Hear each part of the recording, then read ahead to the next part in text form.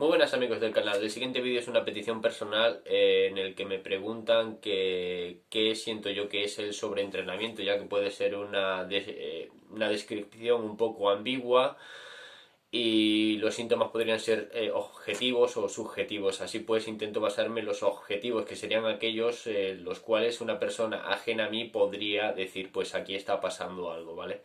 En torno a lo que es el sobreentrenamiento, he hecho unas pequeñas notas básicamente para poner toda la información condensada y para no irme un poco por las ramas, que suele pasar, para hacerlo un poco más ameno.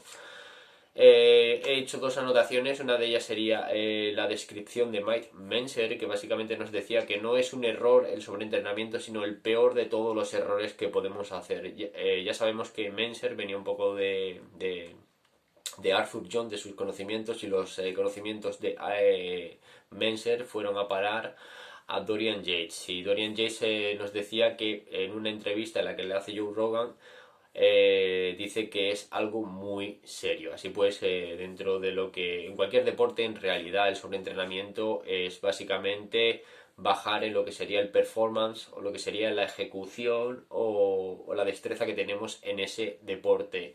Y puede ser algo sutil o puede ser algo más que evidente.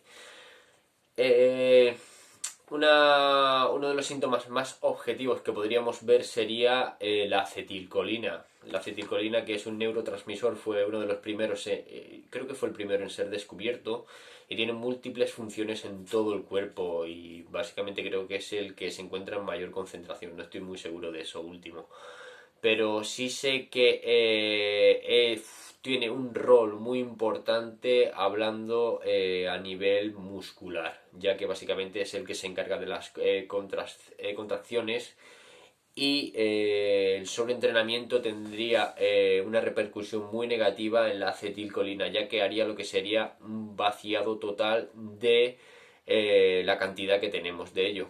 Es cierto, también como decía Menser, que el balance bioquímico con el sobreentrenamiento básicamente se descompensa y a diferencia de otras cosas no puede ser restaurado instantáneamente. Y eso es cierto, es igual que por ejemplo los músculos podrían recuperarse de 2 a 3 días, pero las articulaciones llevan muchísimo más tiempo. En este caso, por ejemplo, Dorian Yates, teniendo en cuenta las operaciones que había tenido, básicamente era un proceso muy difícil recuperar las articulaciones y básicamente con ultrasonidos intentaba meter más sangre para intentar limpiar. Es decir, ya con procesos quirúrgicos aún así sería muy difícil de recuperar, por eso hay que tener en cuenta y tener en consideración que ciertas cosas una vez rotas es imposible volver a arreglarlas así. En caso, como he dicho, el balance bioquímico de acetilcolina se vería descompensado con un sobreentrenamiento y a medida que más sobreentrenamos más se descompensaría, ya que no se restaura instantáneamente. No es como después de entrenar tomamos una tableta de chocolate y los carbohidratos o los azúcares simples, pues el glucógeno sube instantáneamente, digamos. Lo mismo con los aminoácidos, las proteínas, etcétera. Pero en este caso la acetilcolina no. Y juega, como he dicho, un papel muy importante no solo a nivel muscular, sino también, por ejemplo, a nivel cerebral. Ya que, por ejemplo, lo que sería el circuito colinérgico, que básicamente se encuentra mucho también relacionado con las emociones, los estados de ánimos, pues también se vería afectado por él.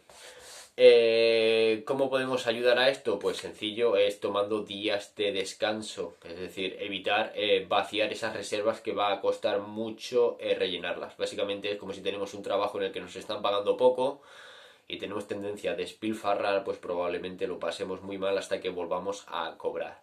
En este sentido, pensar de esta forma, sobre todo aquellos que entrenáis de manera más natural, pues que tenéis que, digamos, ahorrar un poco en estos balances bioquímicos, ya que no se pueden, como he dicho, restaurar instantáneamente.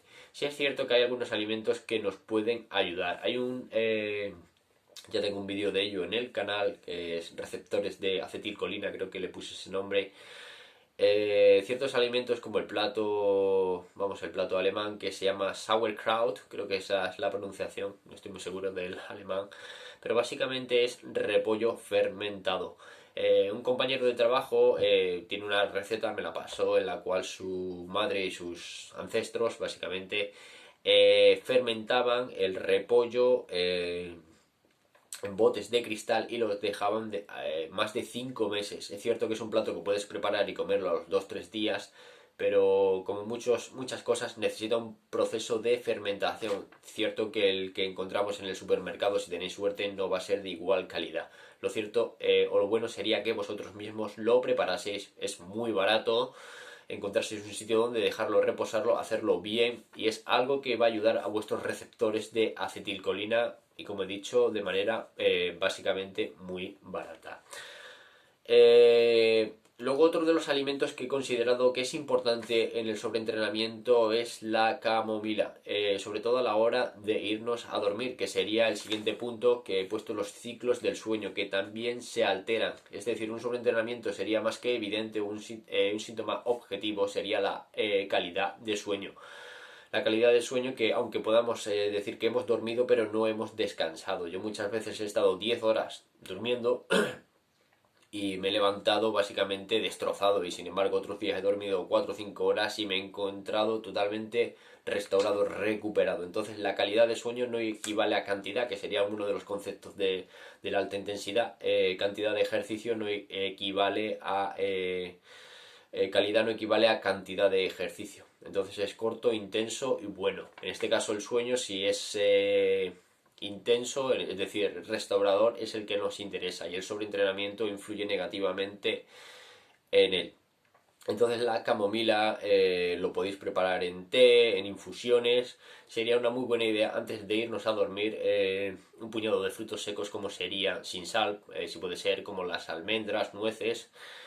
Sería una buena mezcla con un té de camomila o similares. Tenéis también valeriana y otro tipo del estilo. Es decir, aquellos que no llevan teína, cafeína, nos vienen genial. Es decir, tenemos que invertir, ¿vale? Intentamos tener en cuenta que la acetilcolina, como he dicho, es algo caro, no lo tenemos cuando nos da la gana.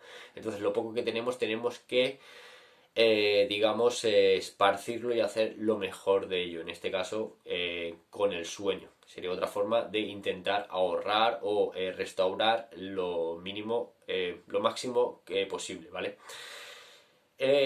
Luego, lo que he dicho, la calidad del sueño es muy ligera, no entramos en fase REM, que básicamente es cuando tenemos sueños vívidos, profundos, que se suele producir a las 3-4 horas del sueño. También es cierto que los ciclos varían de una persona a otra. Yo personalmente, mis ciclos del sueño a partir de las 5 de la mañana es cuando más profundamente sueño, que por desgracia es cuando tengo que ir a trabajar. Entonces muchas veces tenéis que idear vuestra rutina, si podéis, tanto de trabajo como de ejercicio, en torno a vuestros ciclos, como vosotros os encontráis. Sé que es un poco difícil teniendo las obligaciones que tenemos a día de hoy, pero hacer lo mejor posible de lo poco que tenemos, esa es una de las claves. Luego, respecto al humor, ya como he dicho, la acetilcolina se encuentra encargada en lo que es el sistema cerebral colinérgico, que básicamente se encuentra un poco relacionado con las emociones. Hay enfermedades que deficiencias de acetilcolina lo producen, creo que es el Alzheimer o el Parkinson. Básicamente es que los niveles de acetilcolina son tan bajos, que es lo que produce incluso espasmos musculares, debido a que como he dicho, la acetilcolina se encuentra en un balance desproporcionado hacia abajo. Entonces, el humor sería otro de los síntomas objetivos que podríamos ver, cómo nos encontramos. Por ejemplo, algunos tienen vaivenes de humor. En este caso, por ejemplo, aquellas personas que sufren del trastorno bipolar, que creo que es algo que va en crecimiento, en cómo va la sociedad, pues vamos un poco en crecimiento en torno a los cambios de humor. Pues las personas con un trastorno bipolar, con sobreentrenamiento, se encontrarían básicamente en una fase maníaca, o lo que sería un poco como tendencias agresivas, mal humor, mala hostia. Pues eso sería una persona. Es decir, si nos empezamos a encontrar, es decir, si tenemos vaivenes de humor más o menos inestables, pues si tenemos tendencia a estar más irritables de lo inusual, puede ser falta de descanso o de recuperación, o simplemente el haber hecho demasiado. Muchas veces no penséis que el haber hecho demasiado es el equivalente a intensidad, ¿vale? El haber hecho demasiado es simplemente el haberse pasado de más de lo que necesitamos. Como decía Menser, la cantidad de ejercicio, la mínima y necesaria para estimular la producción de crecimiento. Es decir, es lo que detona, pero es el descanso el que produce el crecimiento muscular. Entonces tengamos eso en cuenta, no hacer más de lo justo y necesario. Por ejemplo, una persona que tenga tendencias depresivas, con un sobreentrenamiento tendría, digamos, acentuado los síntomas de desesperación, de tristeza, de desolación. Entonces una persona que tenga ese tipo de tendencias, el sobreentrenamiento acentúa esos sentimientos. Entonces hay que tener en cuenta que como la acetilcolina está relacionado con las emociones, un sobreentrenamiento para aquella persona que ya tiene un desbalance emocional va a hacerlo aún peor. Así que sería otro de los motivos por los cuales evitar el sobreentrenamiento. Luego, como he dicho, la ejecución del ejercicio empeora, dependiendo de los niveles de sobreentrenamiento, pues sería más acusado o no. Es decir, si puedo hacer 20 repeticiones estrictas de dominadas y en el siguiente entrenamiento voy a volver a hacerlas otra vez y veo que empiezo a fallar, que tengo que utilizar impulsos para subir, etcétera, puede decir que mi cuerpo no está al 100% o al rendimiento que debería estar. Es otra de las claves que son objetivas, que alguien fuera de nosotros podría decir, aquí hay algo que está fallando. Luego otro punto importante que conseguí o que saqué de Tratado Culturista, un libro español de fisioculturismo que me pareció súper interesante, fue la anotación de que los músculos antagonistas se contraen con demasiada rapidez. Por ejemplo, estoy haciendo un curl de bíceps y básicamente esto funciona un poco como un balance, bíceps y tríceps. Pues en este caso, si el tríceps se contrae muchísimo más rápido de lo que lo hace el bíceps a la hora de hacer el curl de bíceps, básicamente está intentando evitar que pase algo malo. Es decir, en este caso, pues tirones y cosas del estilo.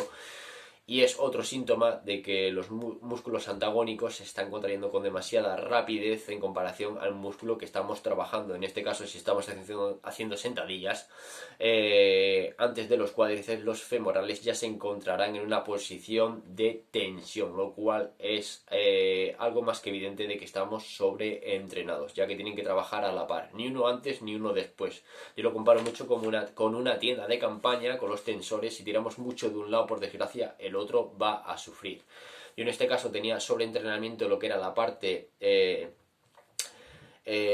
la espalda. Yo pensaba que era por la espalda los dolores de ejecutar mal las dominadas, jalones, etcétera, pero simplemente tenía un sobreentrenamiento tan grande en el pectoral por meterle tanta caña que el músculo antagónico es el que estaba sufriendo. En este caso, en la escápula superior tenía una tensión que era súper desagradable. ¿Cómo compensé eso?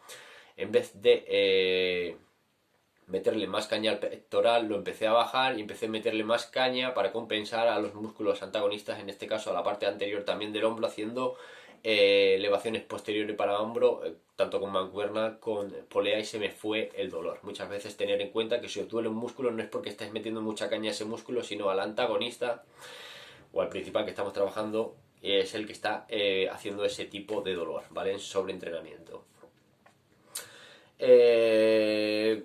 Básicamente, la clave del sobreentrenamiento es el descanso, tanto activo como pasivo. En este caso tenemos a Dorian Yates, que hace jogging, puedes practicar tenis, Menser, por decir alguno de la alta intensidad, pero vamos, es algo que se da en todos los deportes. Buscar un descanso tanto activo como, decir, sentarse, perdonad, como podría ser levantar los pies en alto por la altura, por encima del nivel del corazón, para favorecer el retorno de la sangre. Sería otra buena técnica. Como he dicho, el yoga, la meditación, que también es bueno, que nos ayuda a la meditación, a la concentración, a marcarnos metas a corto y a largo plazo, que como he dicho, muchas veces por culpa del sobreentrenamiento nos encontramos desolados y las metas a largo plazo nos parecen impracticables, y las a corto plazo simplemente pues nos da pereza.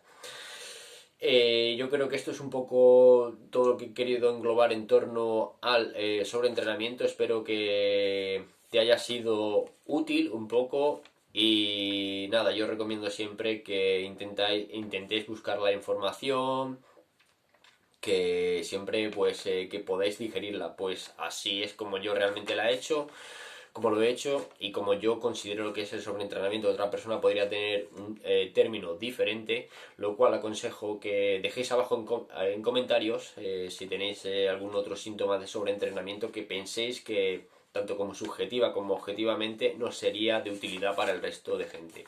Así pues, feliz Navidad y a darle caña.